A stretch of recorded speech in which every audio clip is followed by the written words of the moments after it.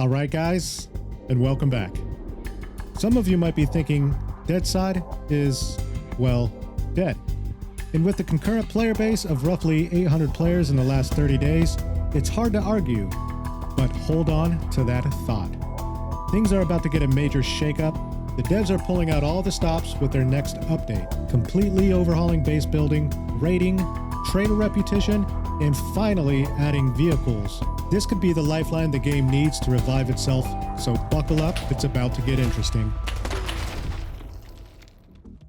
So for those of you who are new to Deadside, let me get you caught up. So if you played games like Rust, Miscreated, H1Z1, they all share similar aspects to what Deadside offers. H1Z1 just survived a game where players scavenge for resources, craft items, fight off hungry wolves in a zombie apocalypse, along with defending off their bases from online players. The game had PvEVP elements and featured a base decay system to prevent deterioration, pushing players to stay active and engaged, fearing for their bases while offline. Rust became famous among survival games for its intense gameplay where you start off naked with a rock, fighting both the environment and unpredictable players. The game blends of PvPvE and creates constant tension as you could be building a fortress one moment and defending it from raiders the next. The base building mechanics allow the incredible creativity and the thrill of raiding someone else's hard-earned stash. Social interactions from the voice chat to forming alliances or betraying them makes every encounter unpredictable. When Rust was first released in 2013, it centered on basic survival and crafting and basic base construction. Then vehicles were added later on, along with more base building features.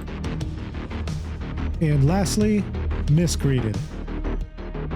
This game was similar to H1Z1 with the idea of building a PvPvE in the middle of a zombie apocalypse. There was also base building, base decaying, base raiding, but the only one that made this one stand out differently was the dynamic weather and environmental challenges. Once you find yourself gathering enough resources into a fully geared juggernaut, or just starting off as a fresh spawn, you might find yourself running straight into a supercell or passing through a radiation storm. So what makes Deadside similar but yet different? Let me explain. So the current state of raiding someone's base in Deadside, when players are online, meaning that bases can only be attacked if the owner is actively playing. When a player dies, however, they have a chance to drop a raid token. If another player picks up and uses this token, the targeted base will be vulnerable to raids for up to 1 hour. This system balances the gameplay by allowing players to defend off their bases while online with the layer of raid tokens. However, once the patch goes live, everything about the raiding system is going to change. So given the community feedback, Deadside has proposed 3 different server options. So going over the first one, raiding enabled at all times. This means that your base will be vulnerable 24/7, whether you're online or offline. These servers are usually for the hardcore players who have more time to put in, and this may be challenging for casual players who can't always be active. Next server option is raiding completely disabled. This is more ideal for players who prefer the peace and focus on base building without the threat of attacks. This option is for players who want to stockpile freely, catering more to casual players who enjoy PvP but want to keep their arsenal secure without any worries of raiding. Now, server option 3 is raiding is only allowed on decaying bases. This server option provides a raid protection to players who actively manage their bases by storing materials in a central resource vault. If you neglect upkeep, your base will start to decay over time and become vulnerable to raids. One of the most eagerly awaited features by the community since day one is vehicles. The devs have made a key focus creating a brand new netcode architecture specifically for vehicles and emphasizes it's been a complex challenge involving rigorous testing and troubleshooting. If you missed it, Deadside recently also teased a motorcycle complete with a sidecar for an additional passenger and 6 different color variations. This brings a total of 12 unique motorcycle configurations, adding to the previous revealed Willys MB Jeep. It's definitely a major addition the community has been excited about, and for some time, it's finally becoming a reality. So base building is getting a major overhaul, and all you technically need is a hammer. How easy is that? So the old cube foundation will be replaced by a much more fluid system. You'll no longer need a base claim to start building, but keep in mind, your base isn't officially yours until you set up a resource vault.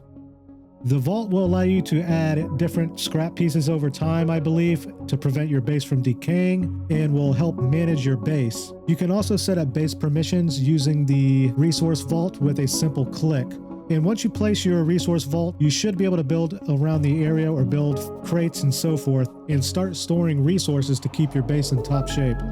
So the tiers in base building start off with a stick base, moving on to wood planks, then the highest tier, a metal upgrade.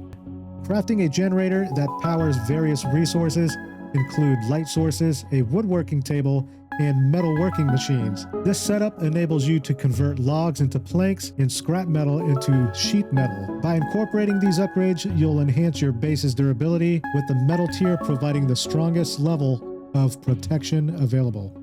One of the greatest features is the variety of base decorations available, such as wall trophies, a foosball table, carpets, and more. This will definitely make your base feel more like home. One exciting feature tied up to the resource vault is that it now prevents your vehicles from despawning. You can actually store vehicles in your base knowing that they're safe and ready for the next adventure. And when it comes to raiding, things are about to get even more strategic. In Raiding 2.0, destroying the bottom structure of a base can cause everything it supports to collapse. Now this is pretty interesting here, so think twice before building a second floor or how you go about approaching your base building. Explosives have also been revamped, featuring damaged radius that affects a broader area rather than just the target they're attached to. Additionally, you can now experiment with the new dynamite item, which is less powerful but more commonly available around the map. It also has an unpredictable fuse to add that extra element of surprise, so don't go blowing yourselves up out there. Storage crates will now be upgradable just like other base objects. You can start with stick-built crates and then upgrade them to wood and eventually metal for added protection. Each tier makes your crate sturdier and more resistant to explosive damage. In addition to these upgrades, you can now lock your storage crates. This means raiders will have to break into individual crates, offering an extra layer of security. And if you're more of a stealthy player, you can also get the ability to lock small crates hidden in the open world, creating a secret stash. These crates are unlocked with a custom code, just like your base doors. And don't worry, if a crate is destroyed, the items inside will drop on the ground rather than disappearing.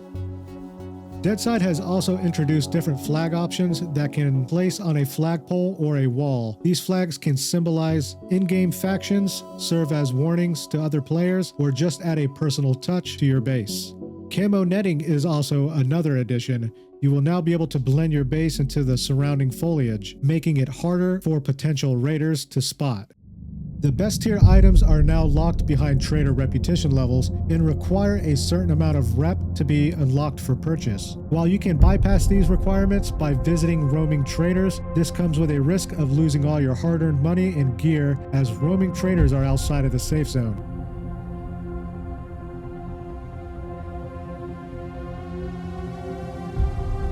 To level up these traders, you will need to collect and sell scrap metal, the same metal used to create sheet metal for base building. Your progress is tracked at all safe zone traders, so you're not restricted to a single area of the map. Scrap metal spawns in small quantities across the map and occasionally in large heaps. The developer anticipated the scrap will effectively become a secondary currency.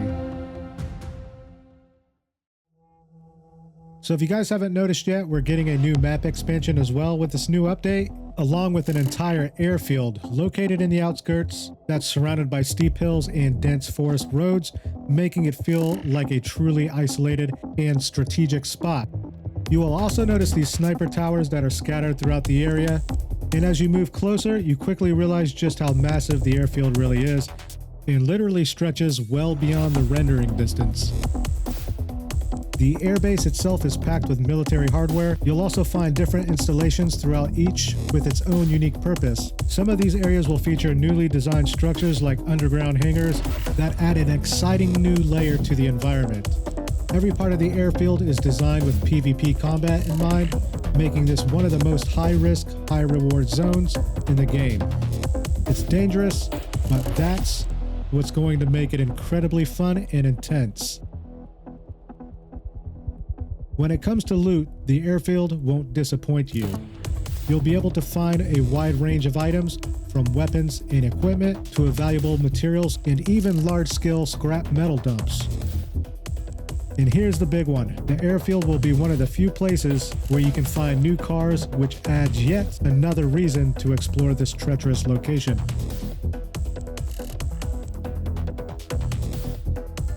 And last but not least, if you guys visited their Twitter account, you can also see a little video footage of some barbed wire, where you can take damage from barbed wire, possibly causing a bleed where you will have to apply a bandage before bleeding out. So wrapping it up here, Deadside is pretty much making a major transformation, bringing exciting new features like revamped rating system and the addition of vehicles and complete overhaul of base building. With all of these new upcoming features, there's a lot to get excited for. So is Deadside the game for you? So if you guys are fans of miscreated H1Z1 and the old survival style base building decaying systems and would love to see the evolution of the game, now is the perfect time to jump in. You can grab the game for around $20, and with frequent sales, you can catch that for about half the price. But anyways, don't miss out, be a part of Deadside's next chapter and see what adventures await. And in the meantime, gamers, get out there and touch some grass.